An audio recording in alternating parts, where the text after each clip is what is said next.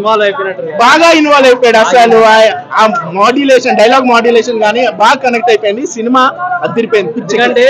story ఏదైనా కానీ visuals కానీ ఏదున్నా కానీ ఫస్ట్ స్టోరీ కనెక్ట్ అయితే విజువల్స్ కొంచెం బాగాలేకపోయినా కానీ అది ఓకే అనుకొని అడ్జస్ట్ అయిపోవచ్చు ఇక్కడ చాలా సినిమాల వరకు స్టోరీ బాగుండదు కానీ విజువల్ గా ఎలివేషన్ గా బాగా లేపుతుంటారు ఈ సినిమాలో స్టోరీ బాగుంది విజువల్స్ బాగున్నాయి సాంగ్స్ బాగున్నాయి బీజిఎం అయితే ర్యాంప్ అని బేసిక్ గా ఇలాంటి స్క్రిప్ట్ తీసుకొని వచ్చి దాన్ని ఇంత ప్రొడక్షన్ వాల్యూస్ తో ఇంత మంచిగా తీసుకురావడం అనేది చాలా గ్రేట్ అండి అంటే